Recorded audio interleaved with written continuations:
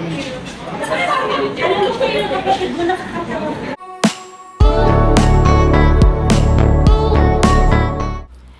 nga maitago ang kilig ni Danny Barreto nang first time makita ng personal ang idolo niyang si Miss Judy Ann Santos. Sobrang fan na fan talaga siya ni Juday at kumain nga si Danny Barreto kasama ang kanyang asawang si Savi Panlilio sa restaurant ni Judy Ann sa event ng Chef's Night.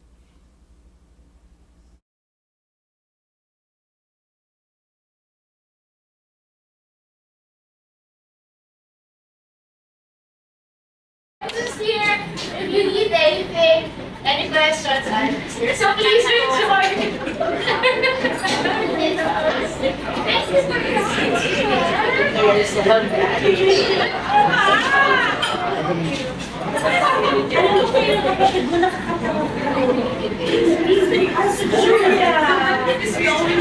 you for also orders of that, like always.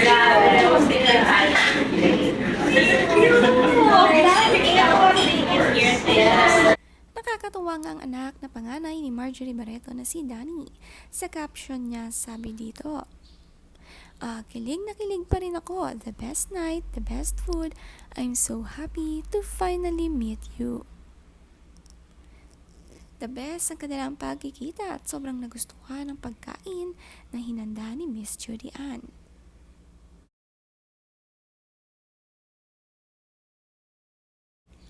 Nag-enjoy sobrang mag-asawa sa special chef's night ng Angry Dobo Restaurant prepared by Judy Ann.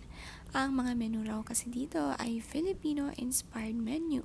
Ang flavors mula Luzon, Visayas at Mindanao. Naging memorable night talaga ang pagkakain nila dito.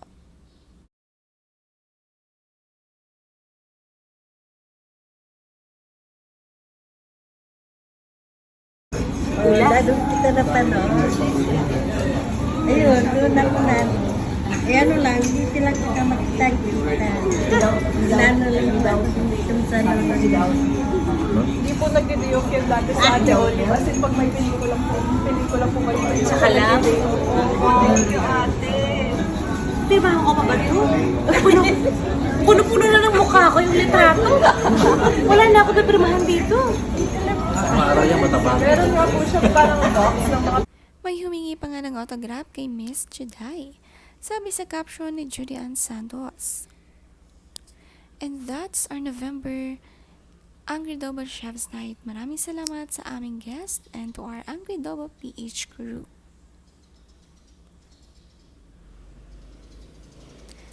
Sabi naman ng mga kumain dito, thank you so much, Judy Ann, for a wonderful evening.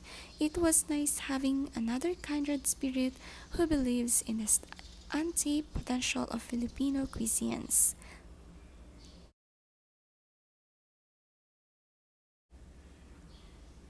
Sa bagong achievement naman ni Danny Barreto as a CEO ng kanyang sariling company, nagpatayo ng isang malaking HQ kung saan sama-sama ang mga tauhang products niya at ang kanyang own office.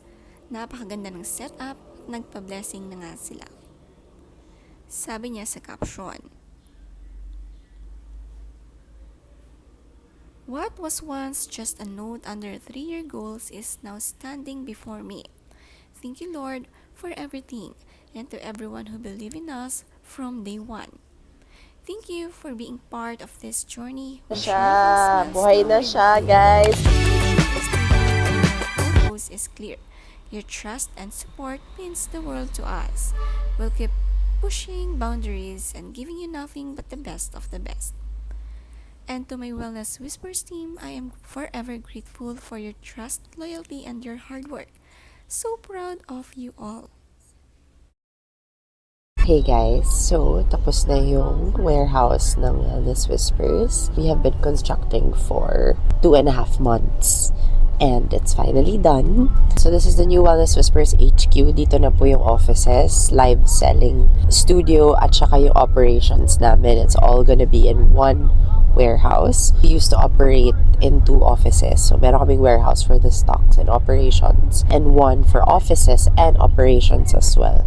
But now we were able to secure a spot that could accommodate all of that. So everybody is gonna be in one roof now. So let me take you guys on a tour. 2 buwan nga nang simulan i-renovate ang kanilang natagpuan na warehouse para gawin nilang official HQ.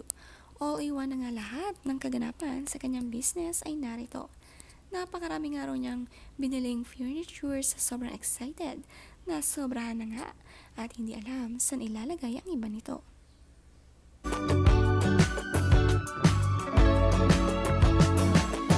Ipinasilip din naman ng second floor kung nasaan ang kanyang office at office ng kanyang asawa.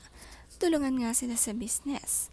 Napakasipag at business-minded nga sila kaya napakaswerte ng kanilang mga anak.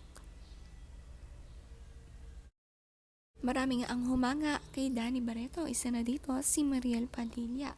Ang komento, ang galing-galing mo Danny.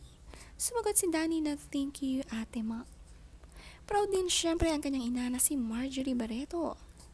God is good daw talaga.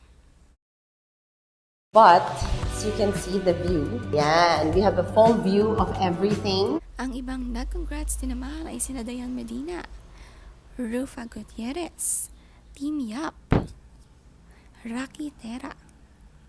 Isang big congratulations talaga kay Danny Barreto. Malayo na nga ang narating ni Danny Barreto at mas malayo pa nga ang kanyang maa-achieve. Isang mabait na ate nga raw talaga siya sa kanyang mga kapatid at napakabait na anak, very generous at laging tumutulong sa kanila.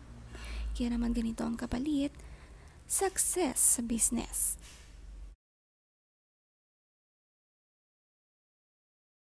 Okay, so far, ito pa lang yung nagagawa namin. May mga furniture pa ako na binili.